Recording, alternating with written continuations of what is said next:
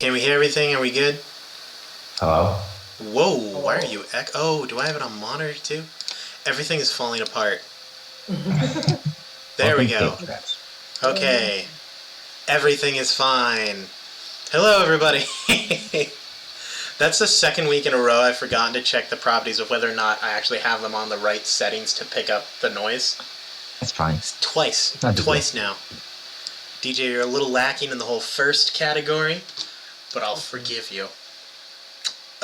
Today, this is first thing is first. We are the Paper Dungeon. Hi. Second thing, this is Table Scraps. It's a show that we have on Thursdays for now that we talk about the show on Mondays. We run, and by we I mean normally DJ. DJ runs a Dungeons & Dragons 5th edition campaign that we have been running for almost three years now. It's getting towards 3. Not quite though. Let's see. It would be when we make it back to the end of the summer, that would be the End 3-year summer, mark. that's it. So we're like halfway. Yeah, because TPD's streaming isn't quite as old as Shades and Resolution. Yes. I Does say it- as though I know Okay. any as that That's is a good a reference point for me. correct Because Shay and term I of have been measurement. doing it 2.5 years. So. But anyway, yes, that's what we do. We played Dungeons & Dragons 5th edition. This past week, we did not play live because if you've noticed, my guests' setups are a little different. It's because they're not in the place where they normally are when we stream. They are in the same state as me. They're in Nebraska. Yep. They're actually coming over to visit today Nebraska. after the stream is over. I mentioned that we may not be streaming on Thursdays in the future. I have yet to decide because they changed my schedule. So now instead of not working on Tuesdays and Thursdays, I don't work on Wednesdays and Fridays. So I'll have to decide whether or not to. Oh no, am I lagging or are they lagging? Since it's both of them, I'm going to assume it's me. Or it's them. Okay, they're back. We're good. Was I lagging or were you guys lagging? I feel like it was us that was lagging. Okay, that's what I'm going to say so too, because it would make me feel better. But depending on how this goes and how the schedule's up in the future, I might switch to either Wednesdays or Fridays for Table Scraps. Or I'll keep it on Thursdays, so then I have 2 whole days in the week that I don't have to do anything scheduled on. Which would be pretty bussin'. Oh, good. Handskate wasn't the stream, so it was you two. We're good. But anyway, yes, this past stream, DJ DM'd a recorded one-shot where it was level 20, and he put himself into hell. and I played the role of the devil. I thought I did so good. I was like, man, this creature that I've made. It was good, dude. They're gonna hate it. Life's gonna be bad. I'm not gonna hold anything back. No, that doesn't matter. It doesn't. It would have mattered, except for one magic item, which if you're terrain in there, there were mini bosses that you guys had to fight. Not mini bosses, but lead up fights to expend resources. To get through. So there's a little magic item called Gloves of Soul Catching. It's strangely enough from the Candlekeep Mysteries book, which means that I had never seen it before in my life. I've never seen it. And DJ had never, and I was reading through it, and I thought that it was a typo when I was reading through it, because I read it, I'm like, that can't be how it works. And so I opened the book, I went into the Candlekeep Mysteries book, it wasn't a typo. I go online, I'm like, is it errated? Like, did they change it at all? No, it just says, every unarmed strike that you make with these gloves does an additional 2d10 damage, and you heal that same amount. Whoa. It's a lot. Excuse me? That's an extra like 7d10. On average, that is an extra 12 damage per attack. If you get the standard average. And you are healing 12 damage per attack. So for a monk who can make 5 attacks at a turn, you're healing for 60 damage a turn. when you're attacking with those. Plus an extra 60 damage on top of what you normally do. Oh yeah, it's brutal, to say the least. It was difficult. And now, so here's the thing. I agree. First of all, there's several classes in the game that I think just don't have like applicable magic items, which makes me really sad. Like if you're a wizard, you're always going for the like staff of the magi and the cloak of the archmage or whatever. For any martial fighter, you have weapons, which is very important for martial fighters because they don't have a whole lot else going for them, so they need magic items. And then you have monks. What do you give a monk? Nothing. They have almost as they have slightly less than clerics, and that's saying something. Because like some clerics, you're like, you have this one holy relic that it increases a thing, and then they got nothing else going on because they can't wear like armor and stuff like that. But monks just have so few things. You can't give them armor, you can't give them weapons. Just most of the stuff that a monk does doesn't work well with magic items. And so I was like, this is a great idea for a magic item. Not that powerful is what it should be. That's like if that item was a like an artifact, then I could understand it. Even then, I feel like it should be like activate it and it lasts for like 2 minutes or 10 minutes. Yeah. Or something where like you can choose to either add it to the damage or heal yourself equal to the damage dealt. Like, yeah, something. It's a cool magic item. It just needs to do something else. And then, completely accidentally, from my item that I was like, well, whatever, I also managed to put DJ into hell, which was the Ring of Free Action, I think it was. Ring of Free Movement or something like that. Which just makes you immune to everything DJ wants to do. Great time. I couldn't paralyze you. I couldn't paralyzed, like grapple. I think I could get knocked restrain. prone. But restrained and grappled. The paralyzed that really screwed me. And the paralyzed, yeah. Paralyze you because one of the main things that this person could do was paralyze. It was one of their legendary actions was a paralyzing touch. Mm-hmm. And you're like paralyzed, and I was like, hear me out. Now hold on. And I did not expect it to be even come into play really, because I read through it the first time. I'm like, yeah, this seems fine, but there's not a lot of things that do like paralysis or petrification. Like what is he gonna do? Throw us against like a what is it called? A Medusa or a Gorgon? No. Gorgon, yeah. No, none of those. But still somehow came into play. And so basically it was just like 4 hours of me punching DJ personally. And I had a blast. I had a fun time too. I have not had the pleasure of DMing a lot of very high level encounters. And so it was a beautiful, educating experience. And let me tell you, 5th edition, it's not made for it. No, it's not. It's designed for you guys to stop at 10th level. Yep. And everything's Gucci after that.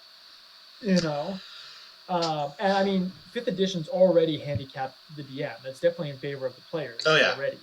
And so, yeah, that just gets exacerbated once you're at higher levels. And Drew, remind me, you played a character that you have played before, actually in a... this was the one from the Table Scraps one-shots, right? Yes, Archester, the merchant mage that we saw when Table Scraps first became a thing, way back in the day. Played him for like the first 6 episodes of Table Scraps that we had. It was great. Yeah, I've missed running little one-shots on Table Scraps, but it's so hard to get people all in the same room. Yeah, it is. It is tricky. So it's something that I would like to return to in the future, even if it's like with one-page RPGs or other RPGs. And the problem with that is you guys aren't here, so I can't send you the book. Yeah. And it was a lot easier when we first started Table Scraps because we still had Hannah and Ryan. Yeah.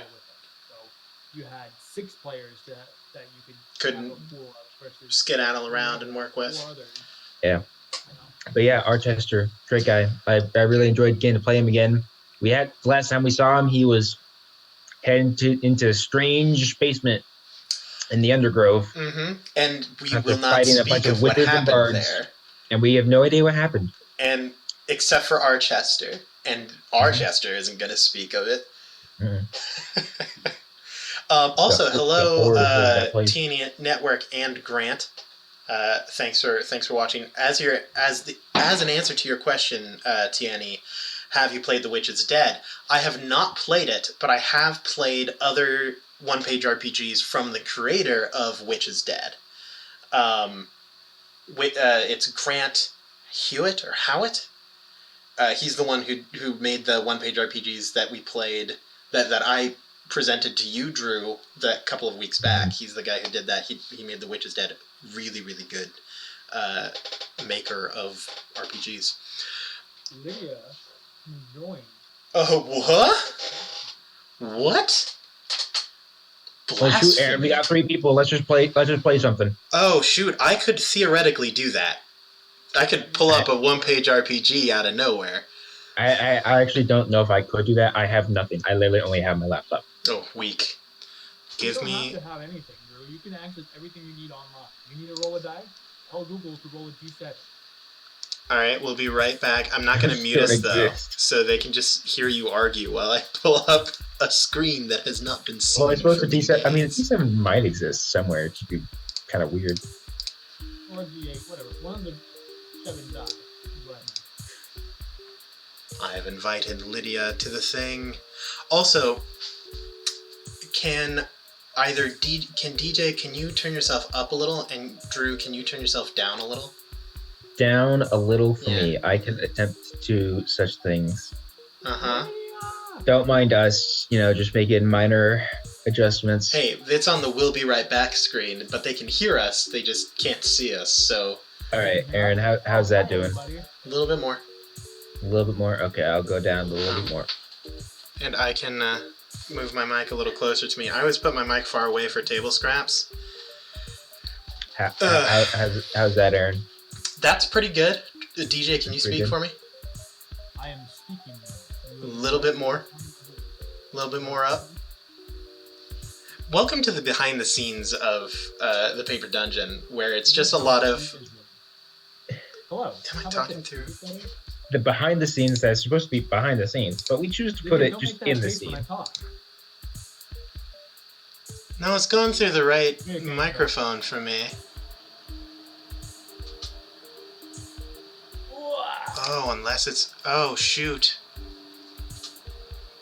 Hold on, guys. Wow, that's a great face, Lydia. I don't think she can hear us. Well, okay, so anyway, I really enjoyed playing Archester again. He was a lot of fun. Hopefully someday, maybe even in the main campaign, we'll get to see him. I don't know.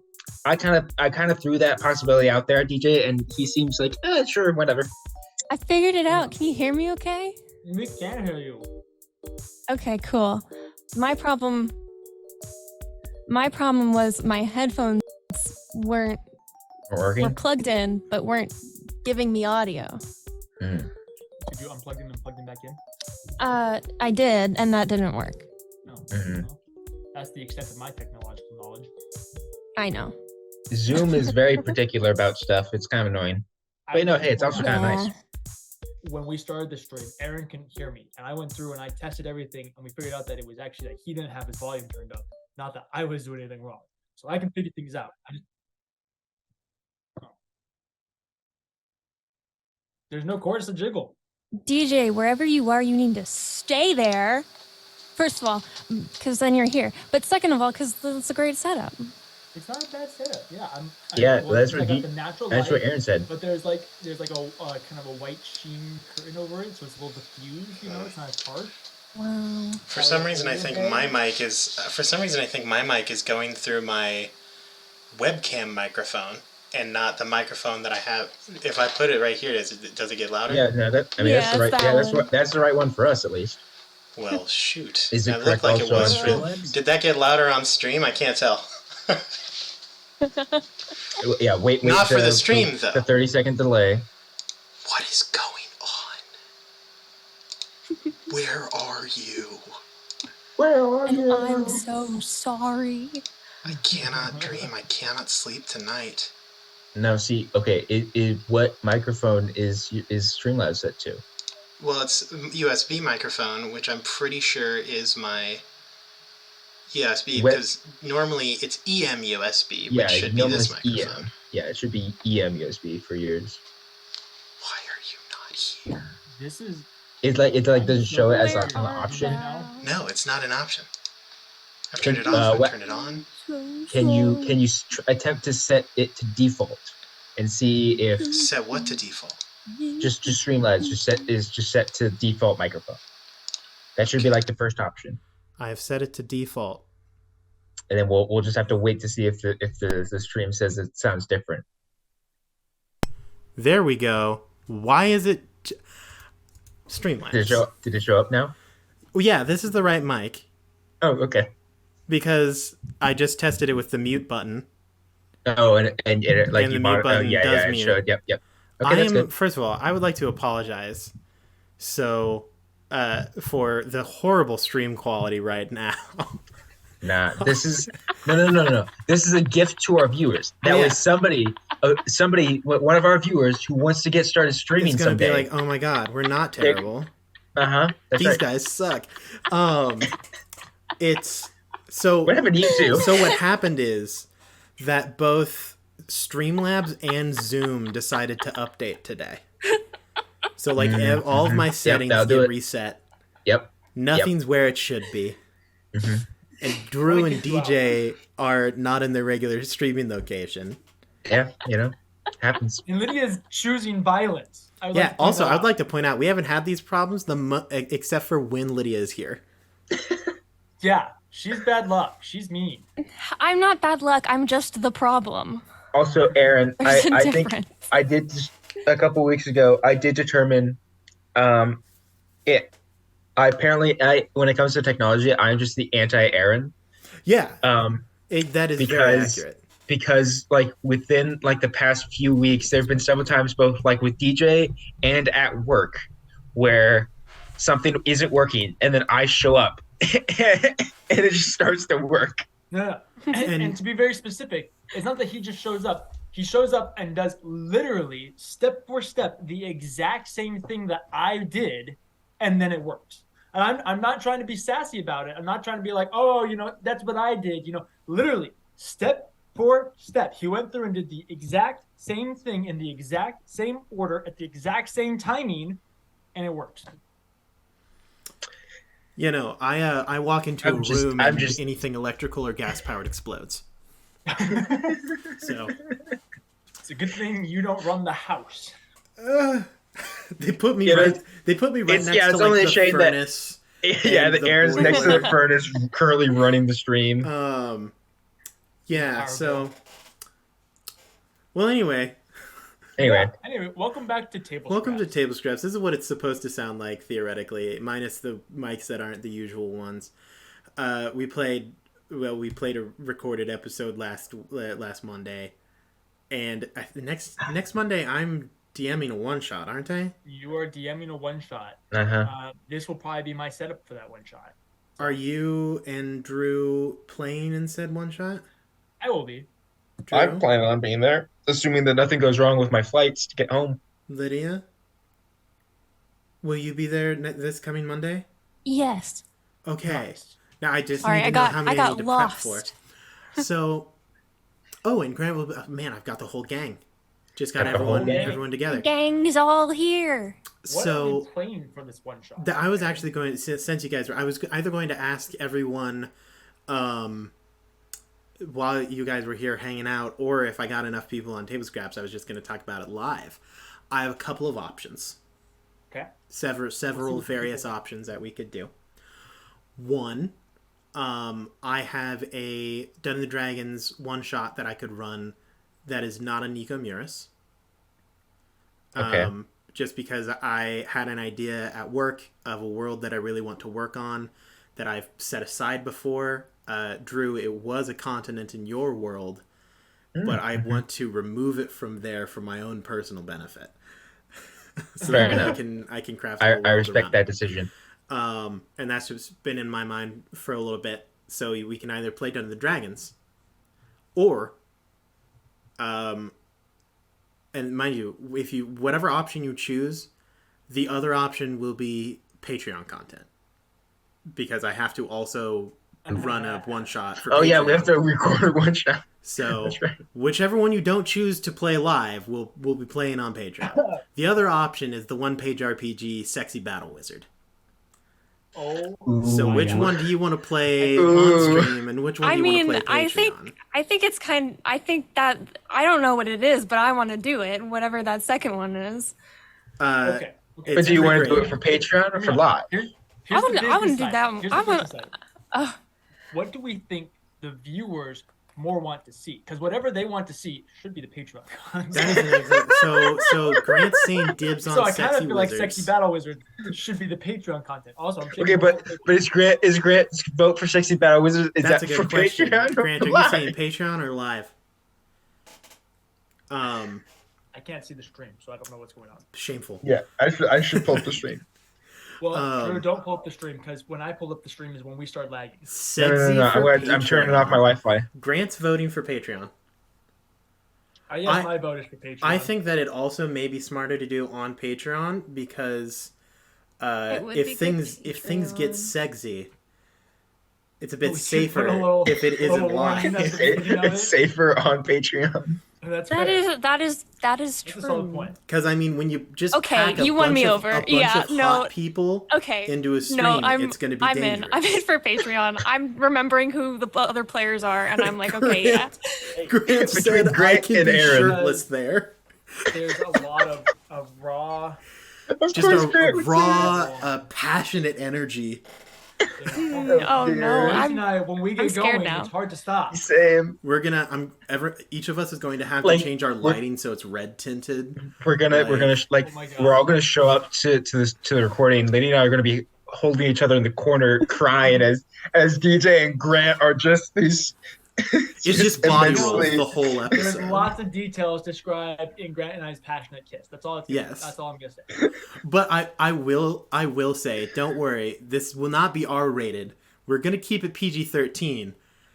But literally, the game file says, if you think to yourself, is this NPC kissable? And the answer is no. You should think, how can I make this NPC kissable? and that's part of the rule. So I don't know what else to say. So just in the game, that means that this coming Monday, y'all will need to have a character of an unknown level that will be in kind of a I don't know what level it's going to be. That's why it's an unknown level. I thought you were saying that we get to pick which level, but we don't tell the rest of the party. That is an interesting idea. I really want to. Okay, I really want to someday. We don't have to do it like this one, but I want to do it where we make characters for each other. Yes, do that this week. We could. We theoretically could. But if Aaron doesn't want to do that, we don't have to. Well, okay. So I'm going to tell you. I know the theme. The theme is going to be very old lore. It's right in my hometown. It's going to be very folklore focused.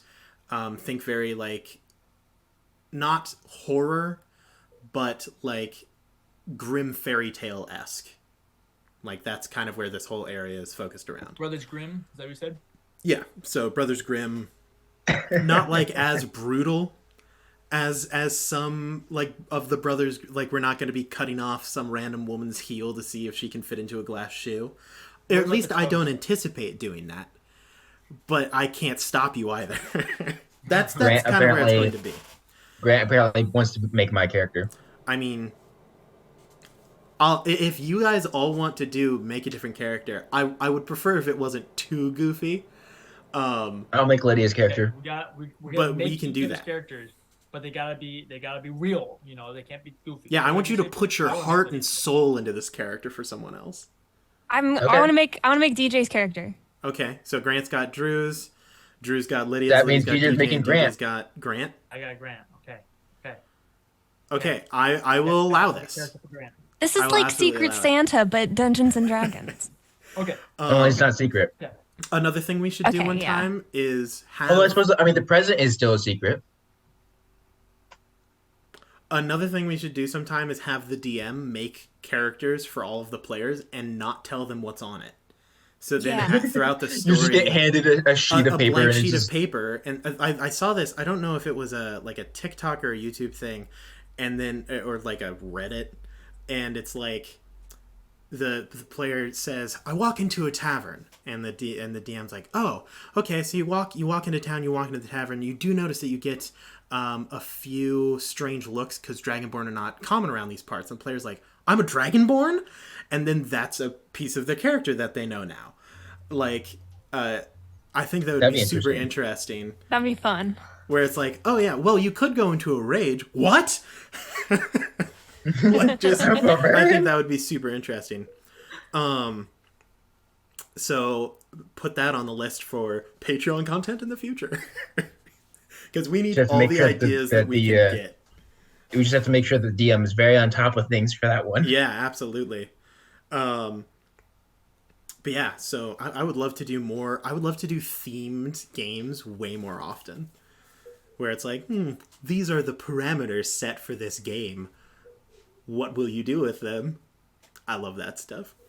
But yeah, so expect a one-shot live, not recorded this time, next week, Monday. And on Patreon content, at some point in time, will be a one-shot DM by Drew. That was from last month. We recorded it. Oh, yes, that we already recorded. I think. Yes. So Right? February's Patreon content will be Sexy Battle Wizards. Yes. So keep an eye out in February. Oh. 3 Patreon members. That's The a good live timing, one, though. the live one will be where you need to make each other characters. So, Okay. Grant, this is to you. Gotta have this before Monday. Don't blow There's it. no procrastination this time. And I will get everyone what the level of the character is and stuff. It won't be too high level. It'll be like no higher than 10, but probably less than that. What if we have a range of levels? That is not a 5 thing that through I'm 10. going to do. That's a bad idea. No, that's a great idea. It's a bad idea. Look, when you're DMing, you can say, "Hey guys, you can pick your own level between this range." That sounds Because like a fun idea, if you give having me level characters 1 at to different 10, levels I'm and stuff playing like level 1 immediately. Like, not a doubt in my mind. Yeah, see? But then Drew will play level 10, and it'll be an interesting vibe. And I'm just gonna die 5 minutes in. Like, I'm gonna die before the intro finishes. I'll make it a point. I've died before the character was played before, so definitely keep an eye out for Should have that one. died before it even made it to stream, but Yeah. I die real easily at times. I'm bad at rolling dice. Shoot, honestly, I don't know what we're supposed to talk about. well, I mean, there was the originally one we had shot. mentioned talking about the one shot, but we kind of got sidetracked. Oh, shoot. Yeah. That was what we were talking about. I forgot that, like, normally on Table Scraps we talk about what actually happened in it. Lydia, you were not there for the pre-recorded one-shot, right? Did you No. watch it? No. Okay. So from start to finish. DJ, as our DM, has had told us, hey, make level 20 characters. First mistake. We all met up. We were basically mercenary / bounty hunters that had all been asked to do a job for so and so. I don't remember their name. But I don't remember his name either. paladin Was it had the gone old back ruler on their town? had gone back on their oath, and was now ravaging the land and the people in it. And he was like, "Go stop him." And we're like, "Okay." And so we find some hints. We go to the village that they destroyed, walked into a forest, got real bad. Things tried to attack us. We ripped them to shreds without a second thought. And then we proceeded to head into a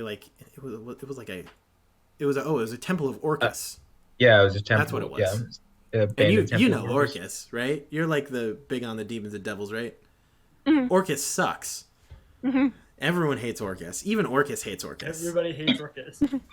Yeah, the new sitcom, Everybody Hates Orcus. For real though, I'd watch it.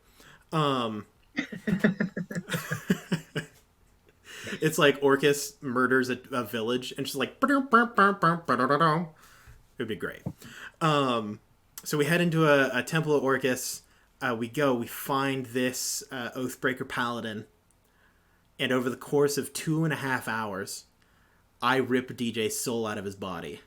Oh, it's this one? Yeah. And then Grant and I are there too. Yeah, Grant is healing me, which makes it even harder for DJ to mess with me. And Drew and meanwhile, is just, I'm counterspelling Drew is just everything. Counterspelling things and throwing like murder death balls, and I'm just like It's a great time. It's real fun. We all had a blast. DJ, I think you had fun. I had fun. You've mentioned that you've had fun. I'm not sure if I believe it. Here's the thing. Aaron, as you know, as we all know, as all people who have DM'd, the DM's version of fun is usually very different from a player's version of fun. The DM's version of fun is like, hey, the players appreciated the world and the work that I put in. That's what's fun. You know, is getting that appreciation. Most of the time. It's nice. Every once in a while, you have to really, you want to just crush them a little bit. Just a little. Just a little bit. You just want to bring them back down. But 99% of the time, as long as the world or the effort that you put in is appreciated, then the DM has fun. Versus the players who want to do cool stuff and crush the enemies. That's usually how they have fun, or they have good roleplay or whatever. And so whatever I had fun that in the sense that the world that I put you guys in was appreciated. Yeah. And I enjoyed the fact that I got to kind of show a little bit and hint at where you guys will be for campaign 3, which is really exciting. That is actually, I did not know that this is where we would be for campaign 3. That's rad. Yeah, I'm excited for it. For those of you who don't know, because we can say this now because DJ revealed it, DJ will not be DMing for campaign 2, but he will be back for campaign 3, assuming that the paper dungeon hasn't exploded. I don't know, another 3 years. Or the inevitable heat death of the universe has not occurred. None of us get hit by multiple buses, because I don't think one bus could take us down. I think each of us individually could take one bus. I think a toy bus could take me down. If we all get hit by a bus and get isekai'd into an anime, we'll probably be in the same anime. That's so we true. Just play D&D so there. if one of us gets hit by a bus, we all have to get hit by a bus. Deal. What's it called? Or on Host Club? Oh yeah, I would. Could you imagine if we don't get isekai'd into an action isekai, and it's just like we get isekai'd into a slice of life, and we're like, this is exactly where I was. The beautiful thing about it is that Drew and I's favorite animes are slice of life animes. Oh, shame! So we're happy with that. Shameful. Wholesome slice. Oh my goodness, no! Just to feel good about ourselves. I hope that I get isekai'd into like Berserk, where I immediately die. Like that's my goal. No. Yeah, you get isekai'd into Berserk, but you're still just you. Yeah. 100%. No, this is no. I get isekai and it's like, congratulations, you're super busted. You're like the main character. Like, you can ask for literally any superpower, and even if it's a bad one, you're still more busted than every other person on the planet. No, I get isekai and it's like, you are a regular baby, and your village is being raided, and you will die. Yeah. That is me. That is how I want to go. It's like, Aaron is like...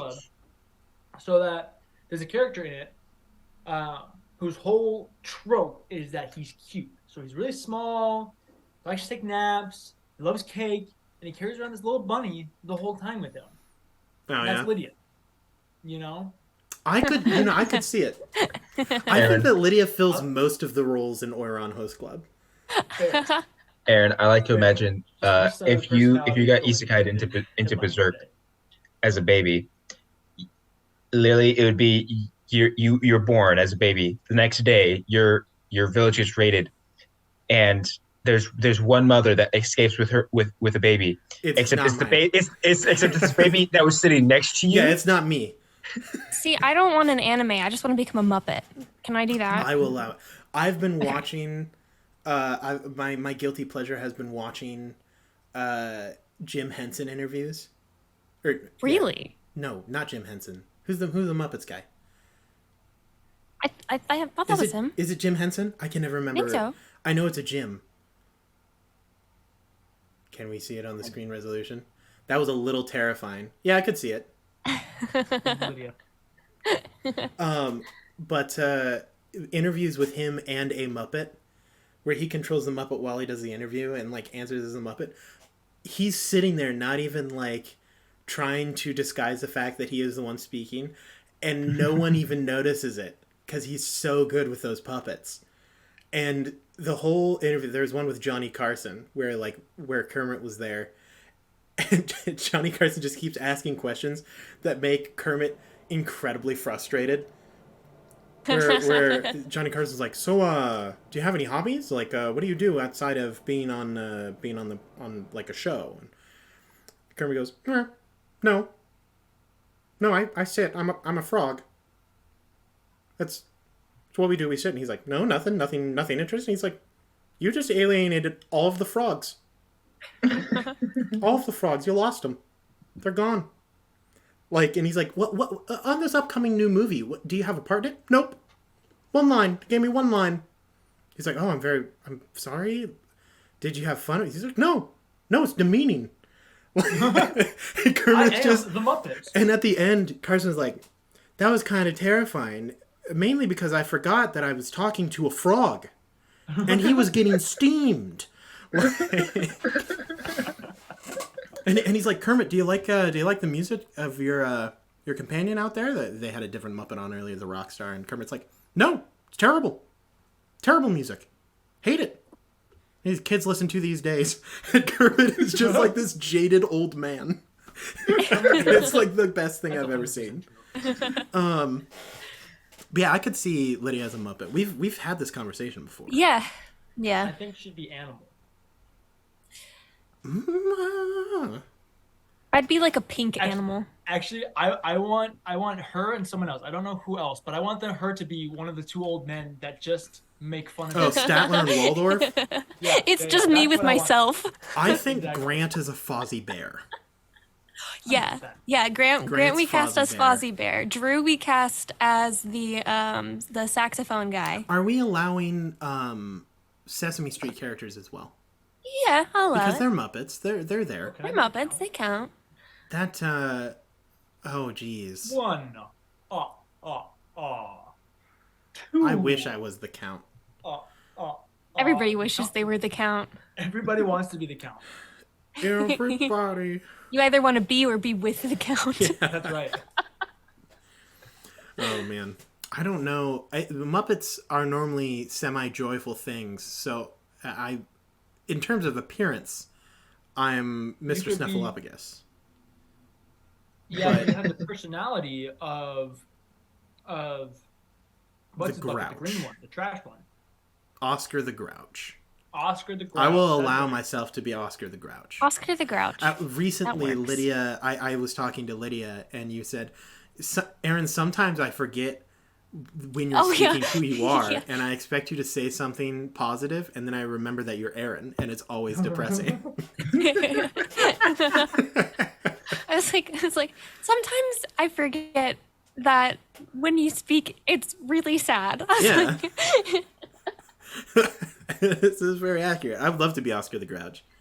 Listen, Speaking of, Aaron just does a good job of making sure hey, that all of our streams expectations down. in life what? are low. Streams down? Man, what a day for the Paper Dungeon, you know? Right? We kind of suck at this. Hey, this is not on me today. This isn't on us, okay? I This think is on the sharks. I think this is a in the Twitch sky. thing. There's sharks in the sky. Or Twitch. Lydia, you want to know one of the things that I got for Christmas? Yeah. I got 4 AAA batteries. Nice. You want to know what I got? What? It's an incense holder. I'm gonna end the stream again. Horrifying. We're back. It's maybe. so cute. I think we No, should. it's I think not. we're back. That's Are we back? It's so cute. I think so. I mean, mine's the going. the incense Yeah. smoke comes out of his eyes and his mouth. Okay, we're back. It's now back on mine. No, that's not cute. That's horrifying. That's the stuff He's of so nightmares. cute. That's literally the stuff of nightmares. He's so cute. DJ, you have to remember Halloween is her favorite holiday. Also, Grant got me a freaking record player. That's exciting. Wow, I want a record. player. Yeah. Grant's classy like that. I don't have any Spoiled records, me. but you know. Also, since we're just showing things right now, look at my mouse. It's a an mouse. actual mouse. That's Yeah. Lydia, is this That on is your new computer, or did you get that? Yeah. Oh, sick! I'm surprised. Wait, they got it and set up wait, that she fast. she got a new computer as well. New I laptop. got a new laptop. New laptop. A new Ooh. laptop. Now she Theoretically, can take her scream on the road. I will have to look at it when we're over there Yeah, because I because got I some like stuff. technology. I don't know what to do with some of it, so I might need your help. Okay, yeah, it's a good thing. It's a good thing I came by. Right? Everyone refresh. It seems as though we're back online, and I would like to say I don't think that was on me. I don't think that was on any of us. Pretty sure that was on Twitch. I'm pretty sure think that that was was on on Twitch. Strongly Yeah. confident. I think most of the time it's Twitch's fault. Yes. Take that, Twitch. Unless you want to like send Make us us money, and that you will. Yeah, unless you want to partner with us, then you know what. Yeah. I know that we don't Although hit we're not qualified for partner. several of your qualifications, but exceptions exist, right? Sure. What do we need to do to qualify? What are we still missing? I don't know. Well, Make $1 what million. technically, I think really the only thing at this point we're missing is an average of 75 viewers every stream. Oh, God, easy. Okay. Also, Yes. Grant has asked me to tell everyone, please look at the Discord because Grant updated it and it looks prettier now. I looked at it and I was terrified. I want to see. Hold on. Not What? because it was bad, but because I was like, my eyes. Okay, I'm pulling up Discord right now. We have icons. It was scary. Sorry, I spoiled it. We have. I don't even know icons that. now, I don't even know yes. what that means. That's so cute, Grant. All right, So let's see. that's Paper the reaction we were Dungeon. looking for. Oh, So- hey, there are This is icons. a great behind the scenes because it just shows, hey, we don't. Grant just does things. Oh yeah, all of us We all just do things. at times will just be like, this is a thing that I've decided to do now. We all choose to take executive actions. Yeah, Why did we choose a bomb for memes? because Because they're the bomb. Yeah, they're the bomb.com. Come on, DJ. Jeez, that one was DJ. that one was easy. Not easy. I do like that there's a copy. Oh, hey, Happy New Year, by the way, everyone. Oh, I've Happy been, New Year. Yes. I spent New Year with the flu, so Yeah. Lydia was sick, but You've not been getting sicko sick a mode. little bit too much recently. Yeah. I agree. Have you tried being healthy? Good option. Sick of these nuts. Wow, Sorry. got him. That's the second time on stream I've been gotten by a D's nuts joke. Really? Yeah. Well, remember that time that Grant did? You made a TikTok. I out thought of you it. meant today. No, not today. Yeah. In order to spark just a smidge of conversation. Also, TNE Network, we're banning you for that terrible joke. No, it was great. It's banned, What? gone, put him in jail. They made it feels like I haven't seen you since last year. Gone. Get out No. of here. I mean, that is a good. That is, forever. oh my goodness, Lydia! Oh wow, man! I need. A lot has happened this past couple weeks that I've been hanging out with my family over Christmas on the Discord. Yes. I'm sorry. I'm just distracted looking through Everyone's getting chats and spark stuff like that and hanging out with people. Well, I saw a thing recently. So it's a rule thing, and I want people's opinions on it. It's not necessarily a rule thing, but it's a change to Dungeons and Dragons that is a possible thing, and I want your guys' take on it. So one of the big things about 5th edition is that long rests are pretty busted, right? Like, long rests are easily accessible and kind of make you feel like you're immortal. Because, like, even if you use everything that you have in a day, like, you just take a nap and you're good to go the next day. And there are ways that people have tried to circumvent this and change it, where there's like in the DMG there's a brutal mode where it's like long rests don't exist. All long rests are just short rests. And that's gross. That's like way bad. And it makes everything way harder to do because people are just going to take like 20 years to heal up to full and then go and do one small thing again. As an option that I saw recently presented on both text form and over like Twitter, a TikTok, and a YouTube video, what are the ideas of having long rests only available in DM specified safe zones? So like every tavern is considered a safe zone. But like if you're in the wilderness, the only thing you have available are short rests. The concept is like there's a lot of military officers will say until you are sleeping in a bed, you don't feel safe. And so like getting a long rest is not as accessible, meaning that when you're out on an adventure going to the wilderness, it's a big task. But then once you make it back to a village or a safe zone, you have the ability to take that long rest. Obviously, there are other ways that there are other specified safe zones, but like a Druid Grove or a fairy mound or something like that could be a safe zone. I mean, I think it's very interesting, an interesting idea. I think really, I mean, because while like how long race function right now is kind of busted, it's also makes it really easy just to play in a casual sense. If that makes any sense, because like talking about you can only do a long rest in specified zones. It's like, okay, that's fine. I actually do like that idea. It just also means that just like it gives more work to the DM. If really, it is my initial reaction. Again, not necessarily a bad thing, but like if for instance like your DM, if you guys are playing casually, or like your DM doesn't necessarily get a lot of time to plan that kind of stuff, it can be a lot trickier to try and navigate that and still make it make sense and still feel balanced, you know? Yeah, it would be interesting because it's more work on both parties to a certain extent, but it's not a lot of, designating safe zones is not a hard thing to do. Wherever you are, you can always throw in something, Yeah, I think I really like it. I think it sounds really cool, but I also think it depends on like the game you're playing thematically. If you're playing a game that is wilderness focused and you're not gonna be in a lot of towns, or you're gonna like like if there's not a lot of civilization to work with. Yeah, so I think it's a cool option. I think it's definitely a cool option. I almost think that a potentially better solution is the inverse of it, where you have designated spaces where long rests aren't available. Yeah. So you do something where like you're in a dungeon and you can't just plop down and take an 8-hour nap in the middle of a dungeon and heal up, versus having to make it so that you have to have designated spaces where you can take a long rest. Maybe introducing sections where you can't take a long rest. Yeah, I like that. The first one is very like Minecraft. You cannot rest. There are monsters nearby. Yeah. Right. Where it's like, but if you clear away all of the bad things and there's nothing to put you in danger, then you can go to sleep fine. And the second one is more of like World of Warcraft PvP zones. Yeah. Where like you walk up to a border and then the rest of the area is in red and it just says, if you enter here, other players can attack you.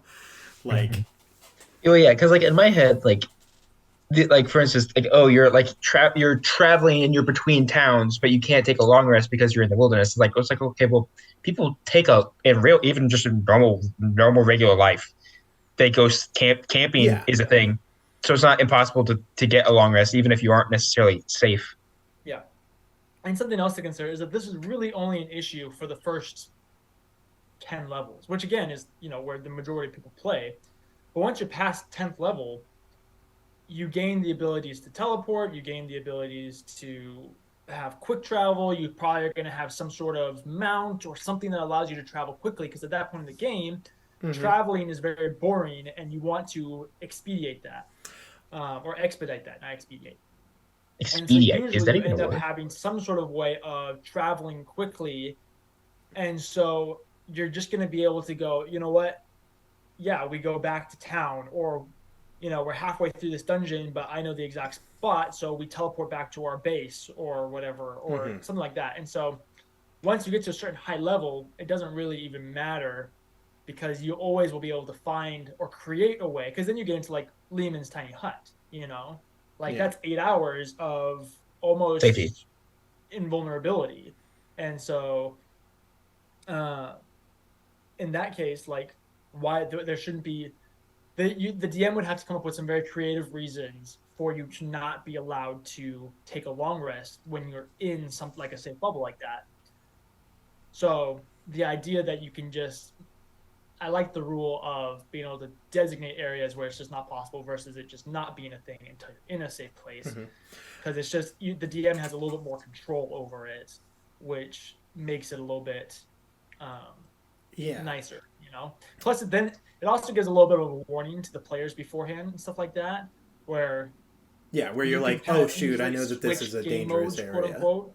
Yeah. You know, it goes from, okay, you guys are playing casually, you're hanging out, life is normal. And I think what I'm trying to get at is that it might be more realistic in this other way where the DM designates unsafe zones or whatever you want to talk about. Because the vast majority of life, you're not in a place where it's dangerous to sleep, you know, even if you're, anyway. And so it can be a nice way where when the DM says, hey, this is a place where you cannot take long rests, that's a signal to the players that say, okay, we're in hardcore mode. We got to pay attention. We got to make sure that we're rationing resources, that we are not doing anything dumb and stuff like that. So I think it's a clean way of also kind of letting your players know that this is going to be difficult or hard without saying, hey, this is going to be hard, you know? Yeah, I think, was it Lydia who, you were the one who mentioned the, like, difficulty when you're like, if there are few like civilizations, it also depends on stuff like that.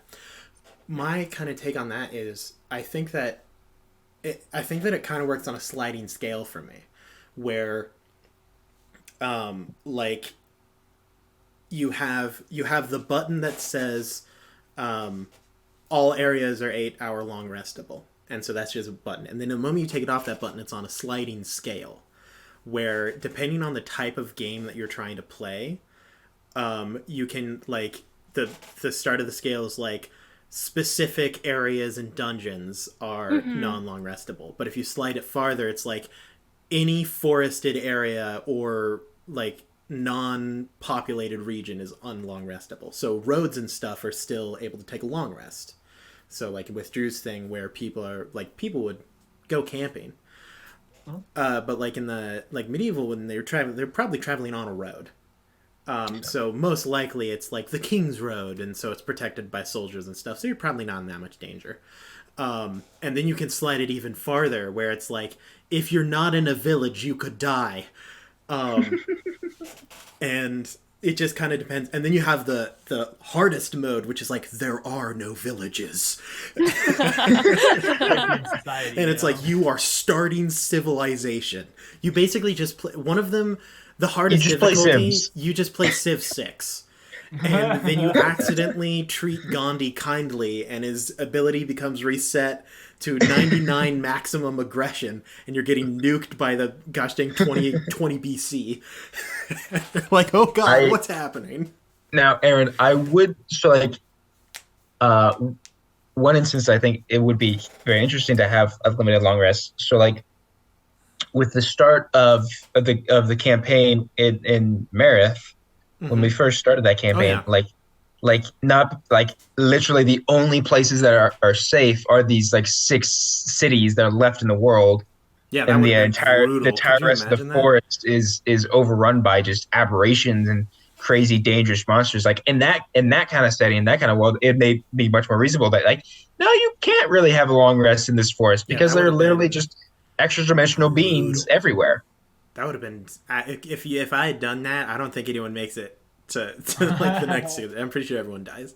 Everyone. Like if I just didn't allow long rests until you were in a city, that would have been rough. Yeah, city or one of the small, less protected villages. Yep. Yeah, just once again, I love this kind of stuff where you can add one thing and suddenly your campaign is a completely different genre. Mm-hmm. Like, so I'm glad to have your guys' takes on it. I do need to ask, when are you guys supposed to be showing up today? Drew, DJ? They're gonna come around 5. 5 o'clock. Okay. Or literally whenever. We have we could show up sooner if you desire us to. I just figured we can end this and go hang out, Since it was mentioned that post 4 o'clock would be for sure. It was supposed to be like after 3, but I wanted to give us a buffer hour in case I still needed to clean the house and things like that. But see, and that's why I said 5, because I figured 4 to 5 would be that buffer hour. We both gave buffer hours. Yeah, exactly. So then we just have a 2-hour buffer. Yeah, I have our pizza ordered, so we just need to pick it up around 4:45. But other than that, everything else I have a fun new game that some of us can play together. It's called Happy Little Dinosaurs. I think you guys will enjoy it. It's fun. Oh, am I Drew? Ironic game. I need Drew to be here, and now I need DJ to be there. Why can't they switch? Let's see. Oh God, everything's going wrong. Dang it. TNE Network has a question. And then to there. What are your thoughts on longer rests after RP sessions versus combat sessions? Does it make more or less to regain spells and such? Does it take more or less to regain it? So on. Can you repeat the question, Drew? Okay, what are your thoughts on long rests after RP sessions versus combat sessions? I mean, does it take more or less to regain? So I think okay, like have it be that you can only take a long rest after you can't take a long rest on like an RP during like an RP heavy session, but you can during like combat session. I think that's or vice versa. Where I think it depends because for an RP session, just all the stuff that you get back from a long rest doesn't matter.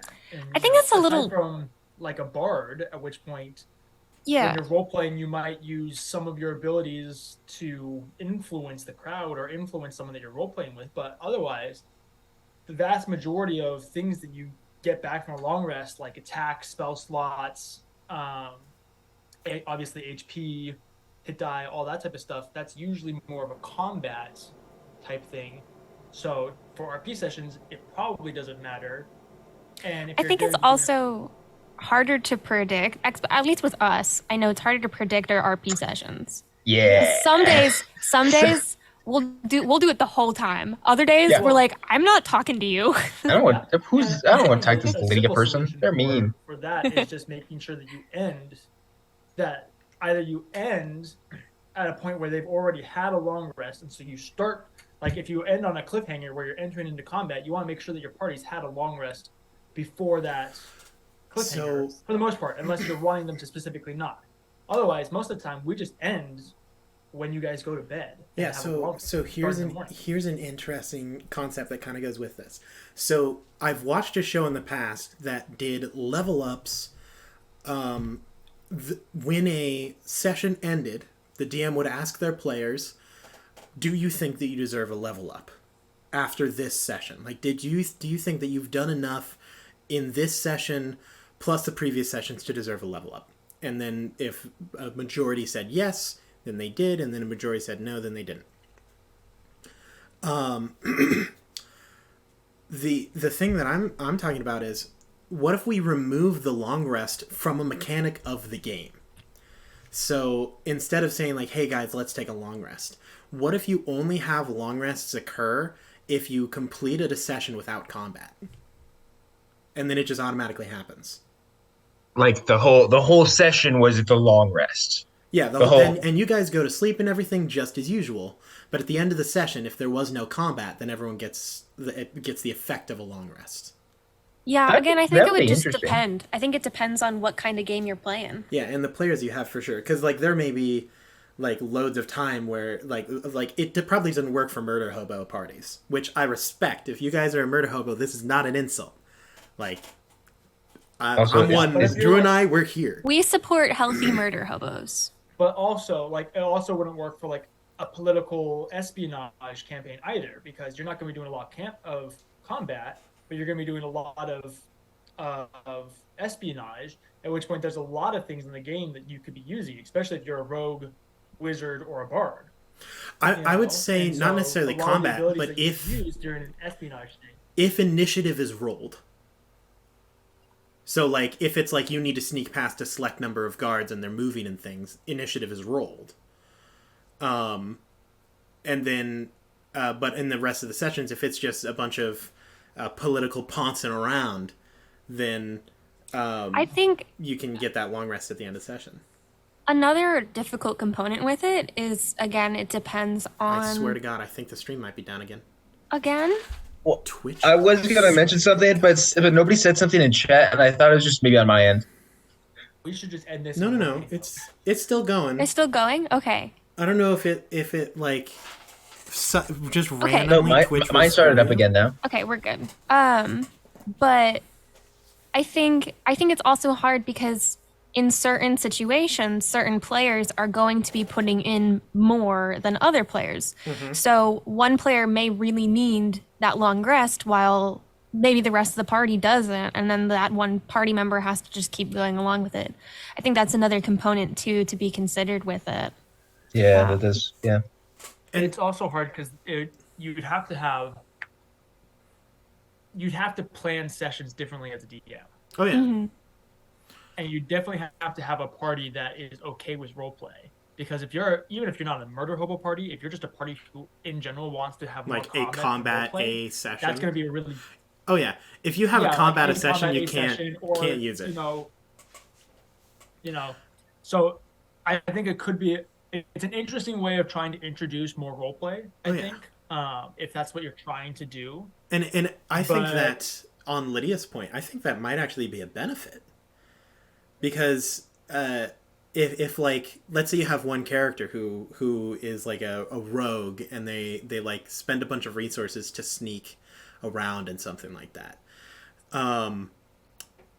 That, for one, encourages people to play as a group, which is normally a good thing. But it also provides a really interesting, like, not necessarily role play situation, but just like the rogue shows up with the rest of the party and they're like, God, you look terrible. Right. What were you doing? Yeah. And the rogue's like, nothing at all. And they're exhausted until eventually Yeah. they get through that one session. And then if a combat does happen, they're tapped out.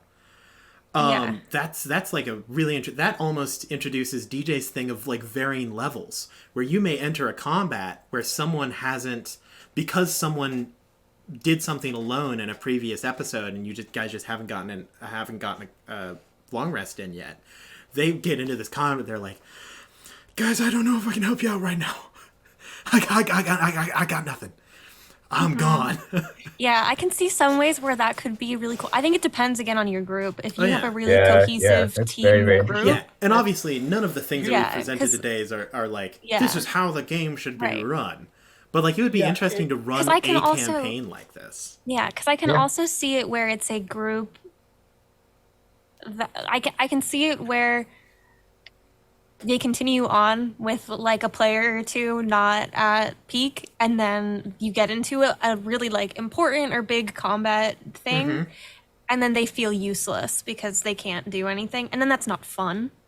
Yeah. So I can see where that can be a problem with it, but I Yeah, can also see your yeah. point too, where it can be a cool opportunity. and Yeah, it makes I- it interesting. Yeah. It's hard to create a steadfast rule that's going to fit everything, because Right. the Oh, beauty yeah. of D&D is that it's such a personalized. No, you had it. A personalized game. Exactly. I don't know. I was trying to say like an adjustable game. The beauty of it is that there's so many things that you can change about it to fit your specific group or your preferred play style, and that's why it's so popular. Is because the game can kind of be whatever you want the game to be, that it's hard to come up with, like this is a thing that I would change about the game because these reasons, when you can also come up with the same amount of reasons or whatever for why you shouldn't change it. So when I hear, so you just have to kind of and it's the best thing because you can very clearly see that Lydia and I are very different players. Because when I hear like Lydia, your point just now, I think that just means that if you enter a big combat and the other two players that have just been kept going on because they like haven't spent anything, and they get there, and then everyone gets screwed because they decided to forge ahead without like taking any mind to the other two, that's super on them. Like, they get out, if they survive out of that combat and like one of them dies, that's on their heads. That's not on the people who expended the resources. It's like, yeah, guys, we're good. We can go fight God. And then they get back and they're like, I killed Jim. That wasn't God that did that. I knew Jim was tired. Jim had brought it up. And I decided to forge ahead. And it's interesting because... And that's so cool to me.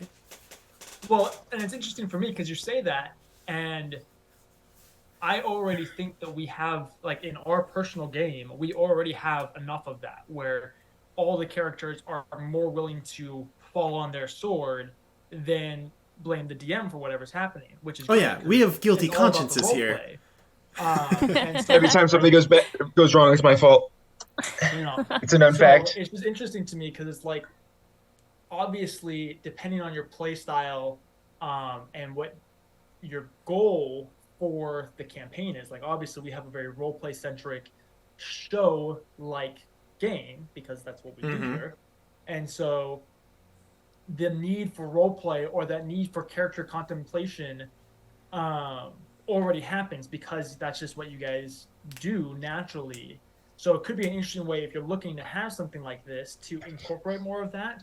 But I think it also comes down to just talking with your party and knowing a lot about what everybody's trying to get out of it, and then being okay and accepting about the fact that maybe this isn't the group for you, or that maybe there can be some adjustments made in the group to encourage someone. Either way, whether you're trying to accept someone that wants something a little bit different, or if you're someone that goes into a party and they're not quite what you're looking for, it's okay to look for a different party as well because you're looking for different things. I really enjoy the fact that we all enjoy the same things for the most part, and that I would say we have a fairly well-rounded game. Obviously it's very role-play centric, but there's a lot of different aspects to it that I think a lot of people can enjoy. Like, we have combat often, there's a lot of puzzles. There's probably not as many dungeons as Aaron would like. I mean, but you see, that's the thing. Like, all of us are so vastly different players that, like, you're never going to be able to incorporate everything for everyone. I'm satisfied for the rest of time with the fact that I got to build a house. Like, you could, like, that's one of my favorite parts of any RPG, and I have never gotten to do that before, except in one online game, which is when I found that I absolutely loved it. Where he was like, well, you have all this money, what do you do with it? And I was like, what do you mean? Like, what can I do with it? He's like, million gold coins. Pretty much anything you want. If like, you could build an army, you could build a house, you could fund a school. That's what one of my fellow players did. He started a school of magic and lizards. So the Lizard Wizard Academy. Lizard Wizard. Yeah, and I was like, can I build a dungeon under my house? And he was like, yeah, how would you do that? I'm like, I have this. And he's like, yeah, okay. Makes sense to me. You've got the gold for it. And I was like, what? Yes! Like, I flipped out. And that's when I found that I love to do it. But I didn't expect to be able to do that in this campaign. And then you were like, yeah, you have time. And I was like, can I build a house? And you were like, I guess. I don't know when we'd ever use it. I'm like, I'm going to build a house. This house I'm going to build. That has become a major element. I know. Everyone laughed at me, but look at us now. It's important to have a home to go back to. I think that's something that's a little underrated in D&D, is having a home base that you kind of spread out from. You want to know something that's really funny? I talked to Grant about it. He was talking to me about. He was like, "Yeah, I'm kind of bummed, or not bummed, but I like felt really bad, both as myself and as Edward. That I was like, yeah, I think Edward's mom lives at the keep, and then I just like never really visited her, or talked to her, or anything. And I'm like, you want to know what's worse, Grant? He's like, what? I'm like, Mary also lives at the keep. The small Trax kid that like she lives there. Okay, She's there. To be fair, all of us forgot that that's a detail that existed. I didn't. I mean, And I knew. You didn't forget. we never but found Adam out D where hasn't Samuel mentioned it is. either. So Yeah. We still don't know where Samuel Oh my is. goodness, guys, that is our next mini arc, is the quest for Sam. DJ has left the chat. I'm telling you, this is. I hope that Sam is the final boss. I hope that we Samuel, find out that Sam is he joined the Anathema.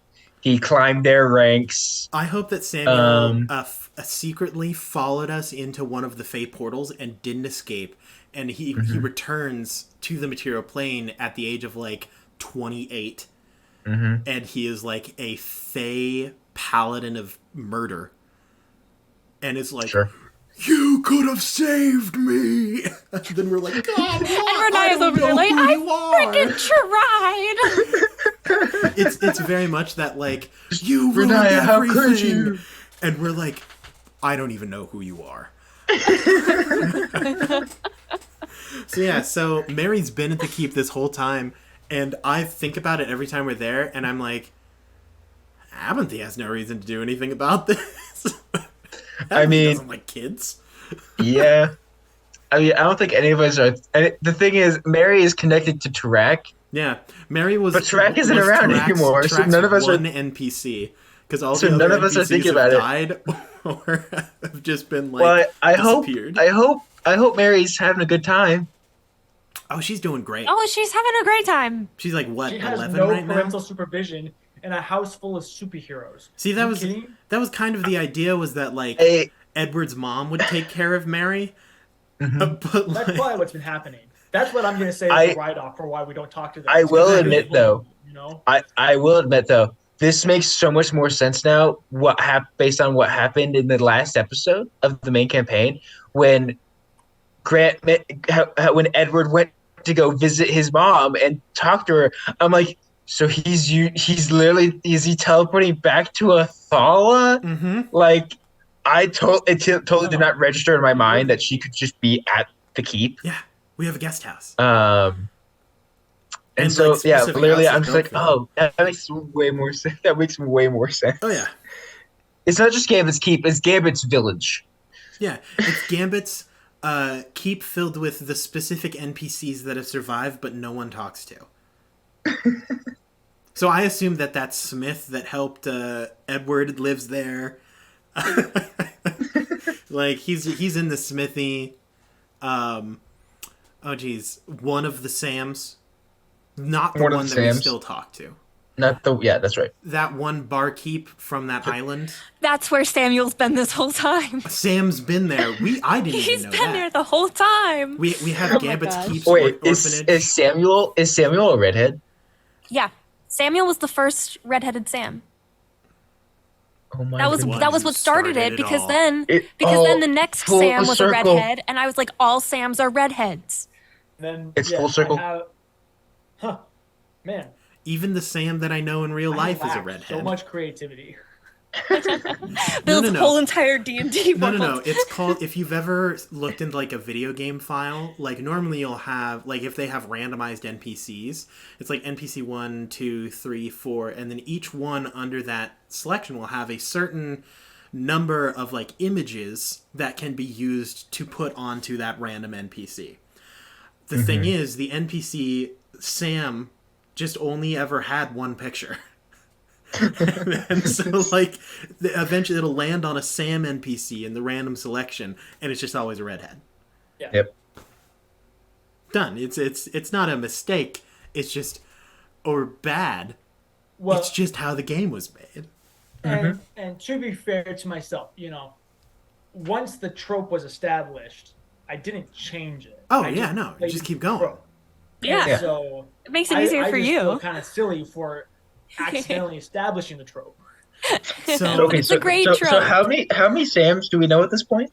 At least 5. I think there's 5. Because there's Samuel, there's the Sam that works with Grant, which is also the one in Harentha.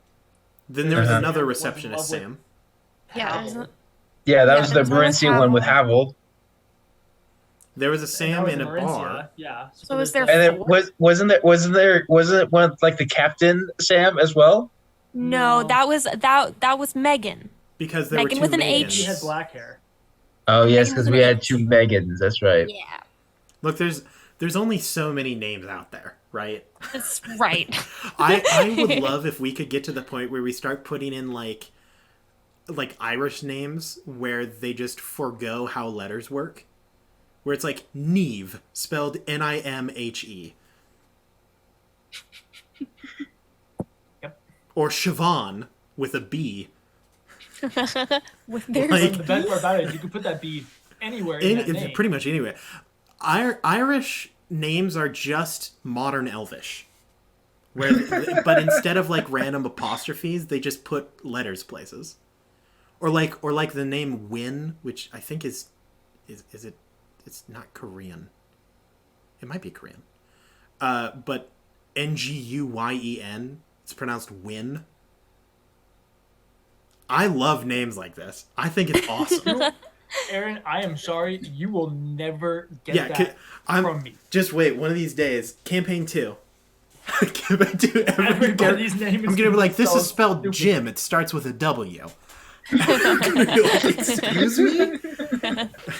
Like in this campaign, every name is so phonetically spelled. DJ, you're like, yeah, it's Lywin, and you're like, how would you spell that? How would you spell Lywin? Oh, okay. Like, is it Ly or Lie? And you're like, Lie, like the word lie. Lywin, yeah, exactly. Well, here's what's gonna happen: is campaign 2, we're gonna have a trope where you're gonna say a character's name, and I'm gonna be like, wait. And then I'm going to spell how I would spell it, and then you'll spell how I actually spell it. And then the best part is, probably Lydia, you're going to be like, hey, how do you spell that name? And then you're going to go down the list, it's going to be like, what was the name of that NPC again? You're like, oh, I think that was Win. And DJ's like, Nguyen?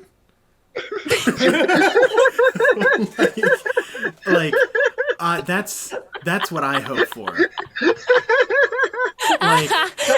That is the funny thing about it. Is I will have to ignore how you spell things in my notes so that I can actually remember who is actually who.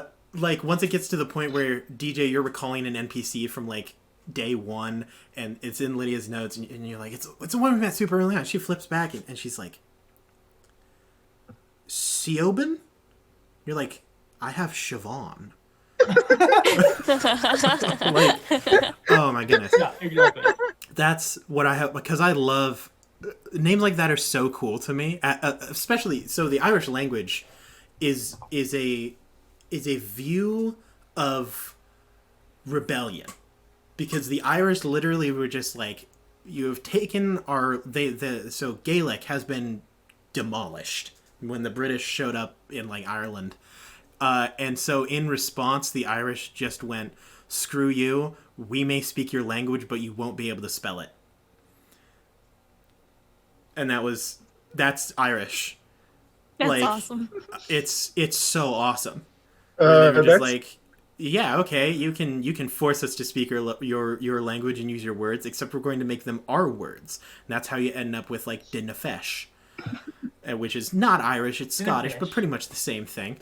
Where they were like, I've talked to Hal, one of our wonderful viewers. I had like an hour-long discussion with Hal, and Hal was just like, yeah, no, like most of our words are just, we're going to take several of your words, put them into one, and make it mean something completely different.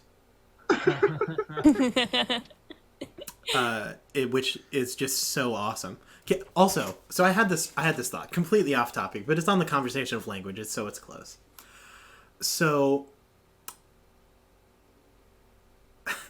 I had a thought where it's, you know how it's a lot of fantasy writers have like made languages in the past? So like Tolkien made like Orcish and he made like 5 languages. Or like so many different things. What's interesting to me is I don't know how many people, because there are people who can speak the language and stuff, but can they speak a different language in the accent of a made-up language? Is that a thing? Like, are there made-up accents? Well, here's I mean, the thing, yeah. is that like every language was a made-up language at one point, you know? And but like if someone speaks fluent Elvish, can they then speak English with an Elvish accent? Is that possible? Has anyone thought of how that sounds like? I mean... Well, the reality is that it would actually be the other way around, where they're speaking Elvish with an American accent. But like if you go off of like how the movie sounds, right? If somebody from birth was taught how to speak... speaking Elvish. Aaron, this is your one reason to have kids. It's just a thing that I've wondered about. I'm like, are there... Because, like, obviously, like, when we play Dungeons & Dragons, the accents that we use for people are accents that already exist. Because you're going to have them speaking in common, but, like, in order to, like, just give them a thing. But is there an accent that isn't an accent from real life? I mean, you would do the same thing that you do in a made-up language, where you create whatever your core alphabet is and create words off of that. So you're going to do the same thing with the accent, where you have your core sounds, where maybe you say A the way that British people say A, but you say B the way that Celtics say B, and you throw all that together and you make a whole new accent because it's just a combination of all the other accents. Wonder if, so like someone who studies language and can know this is why when someone who is British says this word, like this is the stem of why it sounds that way. Can you then construct a different language just going off of the accent? So it's like, oh, if someone speaks with a Scottish U, then that means when they pronounce this type of word, it has this sound. This is where my mind goes on my brain's too little for this. On a regular basis, I was standing in Target doing my job, and this is the cycle that my brain went through. Of like, can you construct, if you have enough knowledge of linguistics, can you construct a language just off of accents spoken in your native tongue?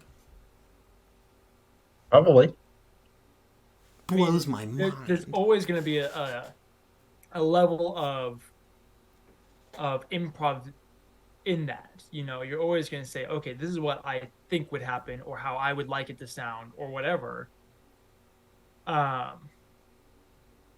You know, but yeah, I mean, the basis of it, the inspiration, the foundation of it could very much be built in an accent or a different language or anything like that.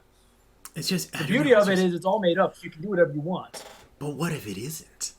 But it is. Everything. There's only so much things that are make up, right? History, all of that. It's all based off of stuff that we made up at first, and then we just kept going. Well, yeah. So there's obviously like you're talking like an origin language, but like if you look at someone who is speaking, like if we go back to like someone who's speaking like English with an Irish accent,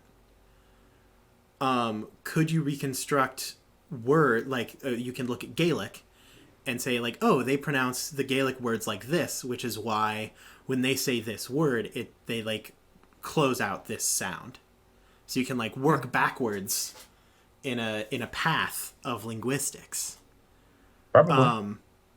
Yeah, I mean, all exactly. Yeah, teeny like that's how they fleshed out Dothraki in Game of Thrones. Is they knew like how some of the words sound in accent and in language to then figure out how it would sound like the whole language functions. That's so I don't know how any of it works. I just think it's neat. And it was just a thing I was wondering. Can anyone... There you go, Aaron. You can start with this. I already theoretically graduated college. I don't want to go back for a linguistics degree, and I don't think I can handle it. College, but you're just going to look up how to reverse engineer an accent. Yeah, I'm going to Google down the rabbit hole. Google it, yeah. I think that would be so... Could you imagine if Campaign 2, I show up, and someone starts speaking not only in a completely different language, but then when they realize that you don't speak it, they switch to Common with an accent that doesn't exist. I'm not gonna do that. I mean, that would be rad, but... If you do that, Aaron, you are the DM for the rest of all. But it would be like that would be pretty sick. Cool. As an example, is a language but on an accent, making it a tad more difficult to replicate. Yes. So like, but could you accent it? Like if you took, as DJ said, if you took a bunch of different accents, like specific things, like Australians don't say, like if they say car, they say ka. Like they don't pronounce the R at the end of words. So if you took that and factored it into a completely different thing, and then you took something from like Mandarin and just a bunch of stuff like that. Frankenstein a language, which is and then half Frankenstein of what our anyway. an accent. Could you then form a separate language off of that accent that doesn't exist? My brain hurts. Just as an example. I'm not even involved in this conversation. Yeah, I'm with you, Lydia. I'm just like, I know what they're saying, but I don't want to think too hard about it. My brain already hurts. A really simple way of looking at this is just what English is. English is simply a conglomeration of a bunch of other languages. Yeah. You know how many French and German and Russian words we have in our language that we just adopt and keep going with? Yeah. And there's a lot of things that were originally British that, much like the Irish did, we just went, screw you, we're calling our biscuits, not crackers, and stuff like that. Like, exactly.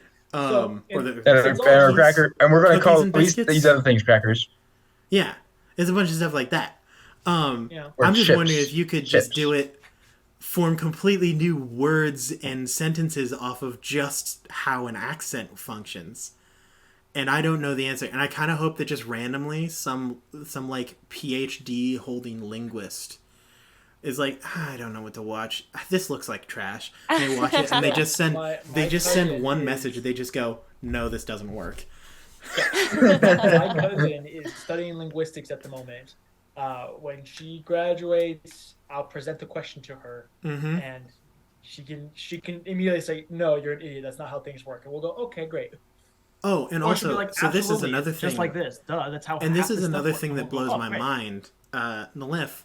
You ever had a dream that you could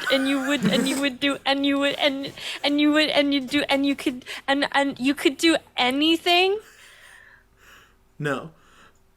But like Nalif has a Puerto Rican accent, and speaks Spanish, which that is also crazy to me. Even though it's the same as like an English accent, heck, in America you can like southern accents versus northern accents. But since I don't speak Spanish, anyone speaking Spanish to me just sounds like the same Spanish. But to someone who speaks Spanish, they hear someone else speaking Spanish and go, "Oh, that's Puerto Rican Spanish."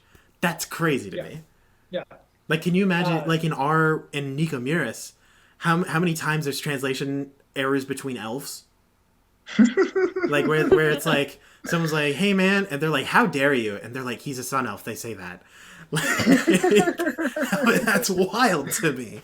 Oh my goodness, that's so cool, and nothing that I will ever put into a game. I mean, basically, you're asking pretty neat. if you can, really what you're asking, Aaron, because the reality is that, I mean, you can go as far as putting it into the language and the accents and stuff like that, but you just want cultural nuances in your D&D. Really I do. That is a thing that I would like, yes. You just want it so that when you approach a horned elf, the first thing you do is boop foreheads instead of shaking hands. Except with words. I want it in words, which is so, like, that is such a task. Like for a DM to handle. You're basically creating a whole new language. Yeah, it's like, oh yeah, I have to remember, oh shoot, I'm role playing as a gnome, right? Because like for a player, like Tarak was Orcish and that was like what he did. So I could throw in some Orcish stuff pretty easily. As a DM, you have to know all of it and then be able to switch between it seamlessly. And not only does that have to be the case, the beauty of what we have with Orcish is that we had an Orcish language to like run off of at the start, yeah. What you're asking is you have to first build that language. Build a language. Figure out how it would sound in a different language. You know? Then remember how all of that functions, perhaps multiple times. And then also be understanding, theoretically, if that same person could also speak Elvish, then the Elvish accent would be Orcish accented. The best way to do this is to have 5 polyglots for your players that each speak different languages and that have all spent time living amongst blah, blah, blah. And so you can just say, hey, Russian is Dwarvish. And you just go with it, And half the people know Russian and half the people don't. No. And you just assign the language Correction, to a fantasy DJ. language. And then whatever you know in real life is whatever you know. What you need to do is you need to go, okay, I have 4 players. Create 4 independent languages and a lexicon of how they sound, and send one of those to each of your players. And say, hey, if you don't have this learned, you're not going to understand what I'm saying. And then play a session of Dungeons & Dragons where all of the languages that they speak, can speak them fluently, and never say a word of English in the game the whole time. But only one of the 4 players knows what you're saying when you're talking to specific NPCs. That would suck so much. And so they'll look to the other person and be like, what did they say? And the person's like, oh, I got it, but they can't understand the other person either. This is what I want to play. Oh my goodness. Well, anyway, we've prattled on about something that doesn't actually matter to the core of things for a very long time now. So I suppose that we can end this. Lydia seems afraid. I'm practically manic. DJ is ready to throw hands, and Drew is present, like a cold like stone. a gift. Thank you. I thought you said gith, and I got real confused. I'm like, yes, I'm a Gith Yankee.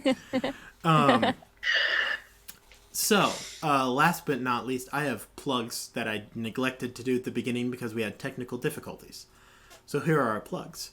We have social media: TikTok, Instagram, Twitter, Facebook. Our engagement is down 100%, so we need to get back on that. It's devastating, I know. Someone go check out the Facebook. From 1 to -1. Dang. We have a website, www.thepaperdungeon.com, where we have a merch store where you can buy merch.